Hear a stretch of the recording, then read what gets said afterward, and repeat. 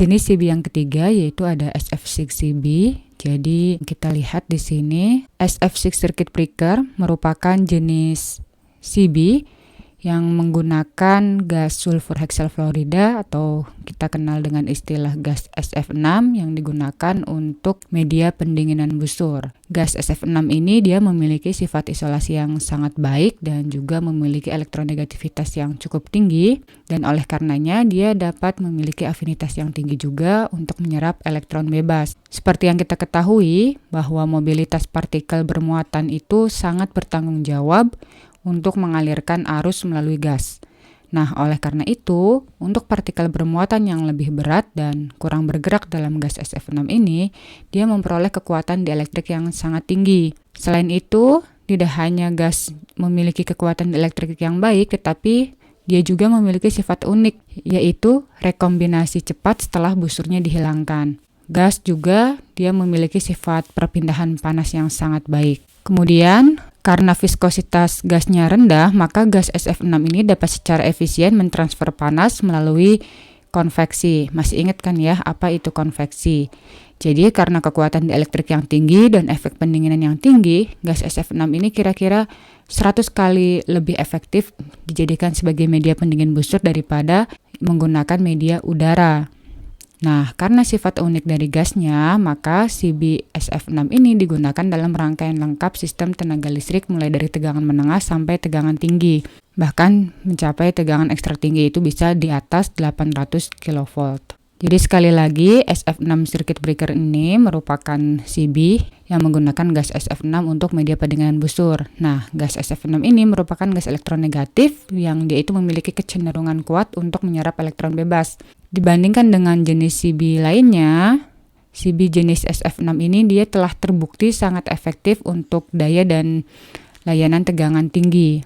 Jadi biasanya CB SF6 ini digunakan di gardu induk untuk semua tegangan mulai dari 144 hingga 765 kV atau bahkan di atasnya. Nah, kita sekarang mengenal properties dari gas SF6-nya dulu. Mengapa dia bisa sampai digunakan untuk pemadaman busur di sistem proteksi ya, yang digunakan di CB. Jadi ada beberapa sifat penting dari SF6. Yang pertama terkait toksisitinya. Jadi gas SF6 ini dia tidak berbau, tidak pula berwarna, nggak ada rasanya, dan juga tidak beracun dalam keadaan murni. Jadi bisa digarisbawahi hanya dalam keadaan murni. Selain itu, gas SF6 juga dia tidak mudah terbakar. Kemudian berkaitan dengan kekuatan dielektrik, seperti yang tadi kita ketahui bahwa SF6 ini dia memiliki kekuatan dielektrik yang cukup besar, sekitar 3 kali lipat dari udara pada tekanan 1 atm. Kemudian untuk konduktivitas termalnya, gas SF6 ini berada di bawah udara, tetapi kemampuan perpindahan panasnya secara keseluruhan, khususnya ketika konveksi, ini sangat bagus dan dia memiliki tingkat konduktivitas termal yang lebih tinggi daripada udara. Kemudian untuk pendinginan busur, SF6 ini kira-kira 100 kali lebih efektif daripada udara dalam memadamkan busurnya. SF6 juga dia memiliki kapasitas panas termal yang tinggi dan dapat menyerap energi busur tanpa banyak kenaikan suhu. Kemudian dari electrical properties-nya, jadi SF6 ini dia memiliki sifat dielektrik yang sangat baik yang disebabkan oleh adanya karakter elektronegatif molekulnya.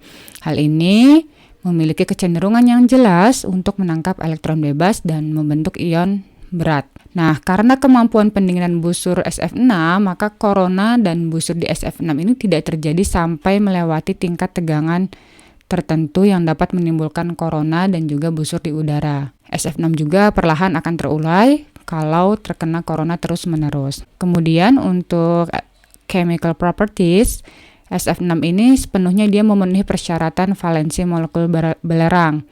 Artinya dia tidak mudah terbakar, kemudian tidak larut dalam air, dan juga tidak diserang oleh asam. Kemudian berkaitan dengan toksisitas produk busurnya, maka produk dekomposisi beracun terbentuk ketika gas SF6 dikenai busur listrik.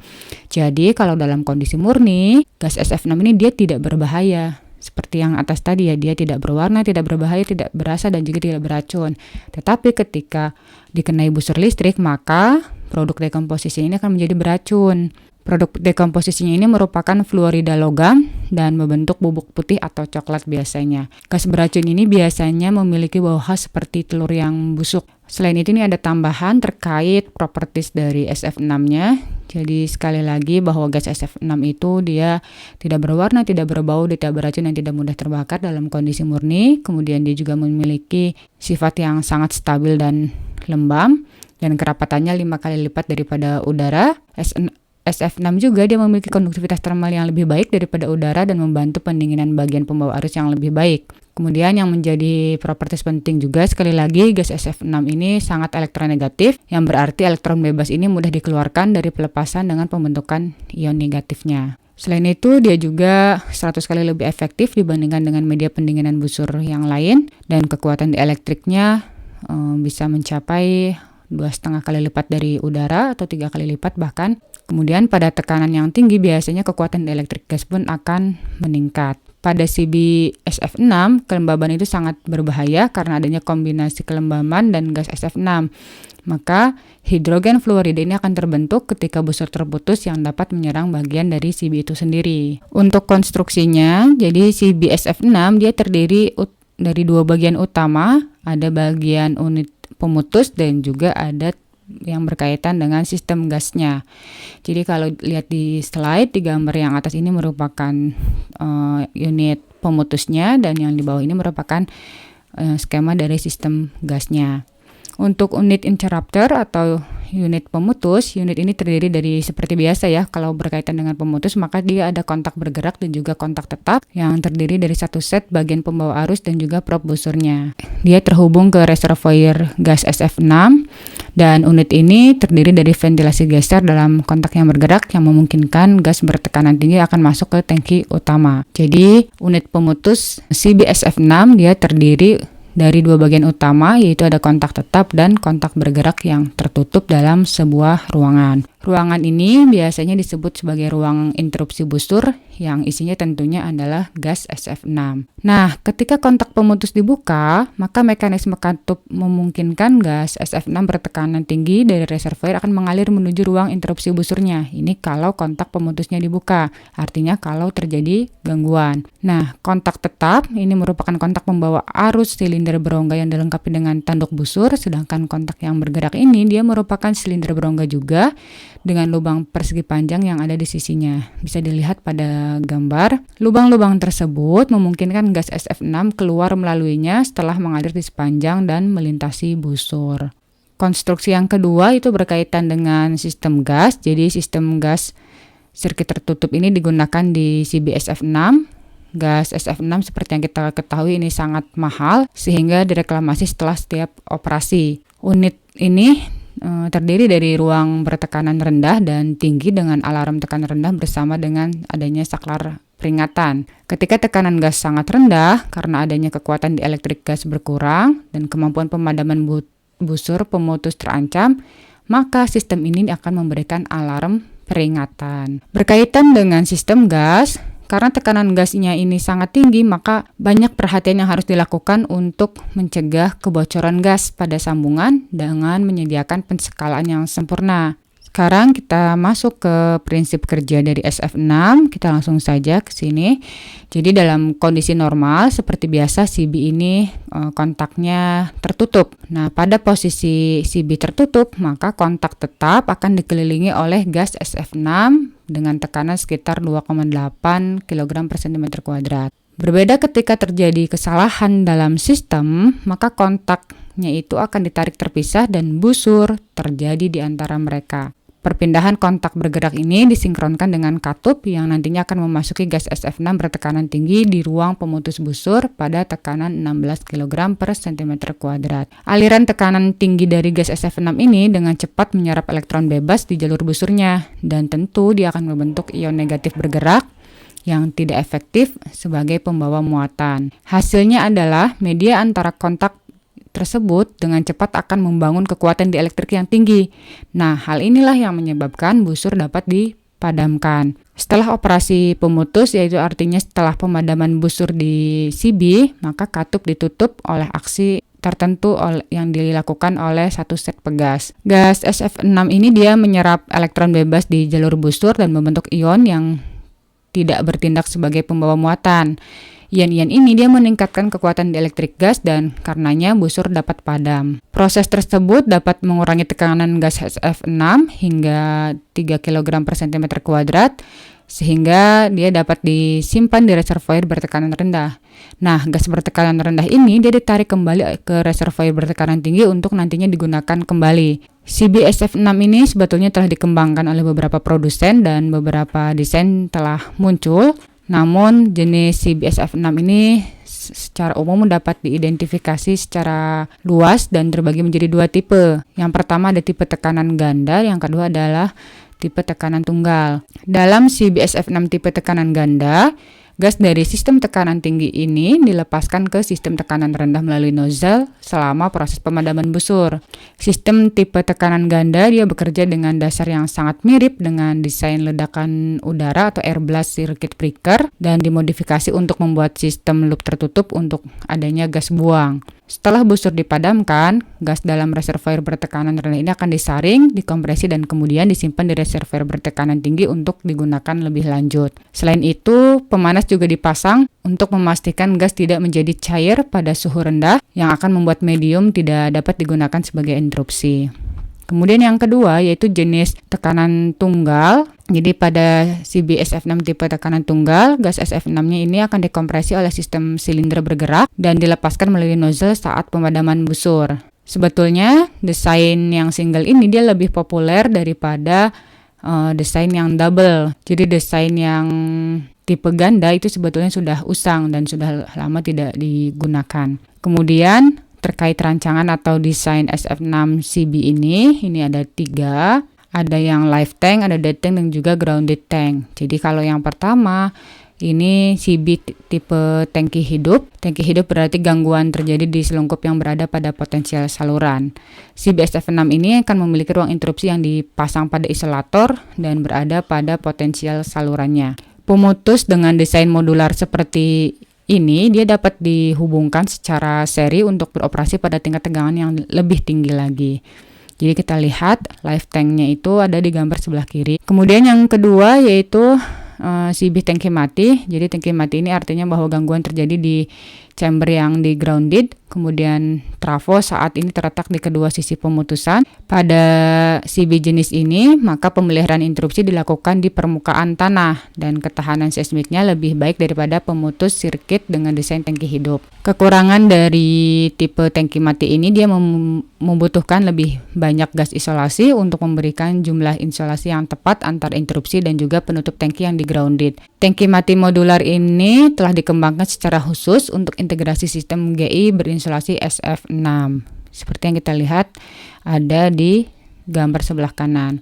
Kemudian yang terakhir yaitu tangki yang ditanahkan, berarti bahwa gangguan terjadi di selungkup ini yang sebagian berada pada potensial saluran dan sebagian lagi pada potensial tanah. Evolusi dari desain CB tangki yang di grounded ini merupakan hasil dari pemasangan interrupter CB tangki hidup ke dalam desain CB tangki mati. Jadi ini adalah kombinasi dari kedua tipe sebelumnya. Jadi dapat kita simpulkan bahwa desain tangki mati ini sebetulnya dia untuk instalasi luar ruangan, sedangkan tangki hidup itu biasanya untuk instalasi dalam ruangan. CBSF6 ini dia pastinya memiliki kelebihan jika dibandingkan dengan CB-CB jenis lainnya. Yang pertama yaitu gas SF6 tadi kita ketahui memiliki isolasi yang sangat baik, pemadaman busur api dan juga banyak sifat lainnya lah ya.